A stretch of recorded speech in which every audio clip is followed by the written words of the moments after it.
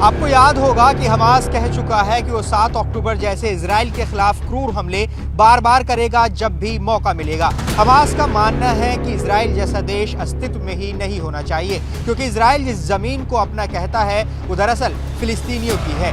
Hamas का इरादा clear है, इसीलिए इजराइल का एक्शन भी बिल्कुल साफ है, मतलब गाजा पर कंप्लीट कंट्रोल। अब पछताए क्या हो तो जब चिड़िया चुग गई खेत, ये कहावत हमास पर बिल्कुल फिट बैठती है। दरअसल गाजा पट्टी और खासकर उत्तर गाजा के बड़े हिस्से पर आज की तारीख में इजराइल का कब्जा हो गया है और वहां सरकार नाम की कोई चीज ना के बराबर है। लेकिन हमास का रवैया वैसा ही है जैसे कि उसका पूरा कंट्रोल गाजा पट्टी पर है और वहां उसी की सरकार है। इसे कहते हैं रस्सी जल गई लेकिन बल नहीं गया। और इस 3 हफ्ते की लड़ाई में हिजबुल्लाह के अब तक 50 से ज्यादा लड़ाके मारे जा चुके हैं। अक्टूबर के तीसरे हफ्ते में तो हिजबुल्लाह के 20 से ज्यादा लड़ाके मारे गए थे, जिसके बाद इस जंग में हिजबुल्लाह धीमा पड़ता नजर आया, लेकिन बाद में धीरे धीरे वो इस जंग में फिर वापस आ गया। गाजा पट्टी के जर्रे जर्रे में इजराइल बारूद बिछा रहा है, चाहे अस्पताल हो या हमास नेता इस्माइल हानिया का ठिकाना। दरअसल इजराइल का एक ही टारगेट है कि अपने बंधुकों को छुड़ाना, जिनकी संख्या 240 के करीब है। और इसके लिए इजराइल हमास से दया की मांग नहीं कर रहा, बल्कि हमास को दहला रहा है। अल शिफा अस्पताल पे हमले को भी हमास ने भले ही नरसंहार करार दिया हो, लेकिन अल शिफा अस्पताल के अंदर इजराइल की सेना घुसी और वहां से मिले हमास के हथियार भी इस वक्त इजराइल की सेना के पास है। जबकि लगभग 1 महीने से गाजा के तमाम अस्पतालों के प्रशासन ये लगातार दावा कर रहे थे कि उनके पास ईंधन खत्म हो चुका है, जिसकी वजह से जनरेटर बंद हो चुके हैं, वेंटिलेटर ने काम करना बंद कर दिया है, जीवन रक्षक उपकरण बेकार हो चुके हैं। लेकिन इसके बाद भी गाजा पट्टी के अंदर ईंधन को नहीं पहुंचने दिया गया। दरअसल इजराइल गाजा पट्टी के एक एक इंच को तबाह कर रहा है। दरअसल इस्माइल हानिया की तलाश में फाइटर जेट से भी इजराइल ने बम बरसाए हैं, लेकिन अब तक इस्माइल हानिया का पता नहीं है। और इजराइल का दावा है कि इस घर में वो अपने आतंकियों के साथ बैठक करता था। दरअसल बीच में खबरें आई कि वो एक बंकर में छिपा है, बंकर का संपर्क भी काटा गया, लेकिन बावजूद इसके पूरी तरह से इस्माइल हानिया अब तक इजराइल की पकड़ से बाहर है और अब तक उसकी तलाश इजराइल नहीं कर सका। ऐसे में अगर ये जंग बढ़ी और लेबनान और इजराइल के बीच युद्ध आर पार का हुआ तो इस बार हिजबुल्लाह को बड़ा झटका लग सकता है। ऐसे में समझ लीजिए कि अगर हिजबुल्लाह को झटका लगा तो इसका असर तेहरान तक पहुंचेगा। सवाल यह है कि क्या नेतन्याहू हमास का नामो निशान मिटाने में कामयाब होंगे, और अगर ऐसा होता है तो फिर गाजा का क्या होगा या गाजा के लोगों का क्या होगा।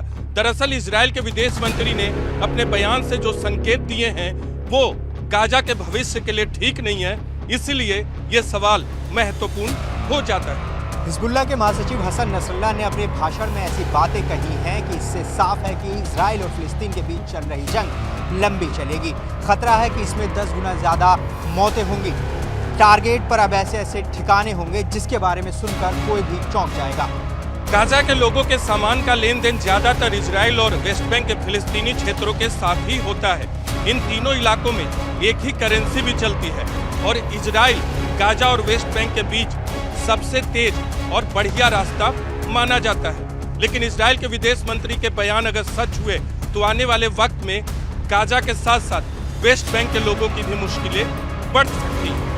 हूथी विद्रोहियों को रोकने के लिए अमेरिका ने लाल सागर में अपना एयरक्राफ्ट कैरियर आइजनहावर उतारा है, तो वहीं हिजबुल्लाह के खिलाफ भूमध्य सागर में जेराल्ड फोर्ड पहरा दे रहा है। इजराइल के पास खुद दुनिया का टॉप एयरक्राफ्ट सिस्टम मौजूद है। इजराइल इस वक्त गाजा में अपनी पूरी ताकत से जुटा हुआ है, हमास के अंतिम लड़ाके की मौत तक। इजराइल का टारगेट बिल्कुल क्लियर है, चाहे शरणार्थी शिविर हो, स्कूल हो या फिर अस्पताल, जहां भी हमास के ठिकाने होने का अंदेशा होगा वहां आईडीएफ की कार्रवाई होगी। इस वक्त आईडीएफ शिफा अस्पताल के पास है और शिफा अस्पताल के हर कोने की तलाशी ली जा रही है, हर नींव को तलाशा जा रहा है जहां हमास का सुरंग हो सकता है। दरअसल इजराइल का कहना है कि शिफा अस्पताल हमास का हेडक्वार्टर और कमांड सेंटर। अमेरिका ने सीरिया में दूसरी बार बम बरसाए हैं। अमेरिका का दो टूक लहजे में कहना है कि सीरिया में ईरान के लड़ाके अमेरिकी कर्मियों को टारगेट कर रहे हैं। सीरिया और लेबनान में अमेरिकी सैन्य ठिकानों पर ईरान समर्थित लड़ाके लगातार हमला कर रहे हैं। अमेरिका का स्टैंड बेहद क्लियर है कि वो इजरायल युद्ध को दूसरे इलाकों में फैलने से रोकना चाहता है, लेकिन ईरान समर्थित लड़ाके भड़काने वाली कार्रवाई कर रहे हैं।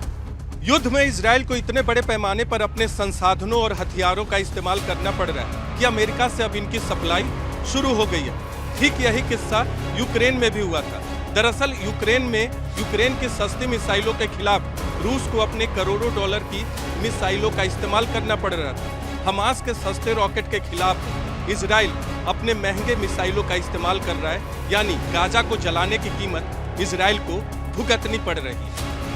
हमास चकनाचूर हो चुका है, लेकिन हमास ने अभी तक लड़ना नहीं छोड़ा है। इजराइल के टैंकों पर लगातार हमास के लड़ाके अटैक कर रहे हैं। हमास इतनी तबाही के बावजूद सरेंडर करने के लिए तैयार नहीं है, जबकि इजराइल ने दो टूक कहा है कि जब तक हमास का एक भी लड़ाका जिंदा बचा है, ये हमले जारी रहेंगे। इस बीच फिलिस्तीनी क्षेत्र के अंदर मानवीय स्थिति गंभीर होती जा रही है, जिसका कोई अंत नजर नहीं आ रहा।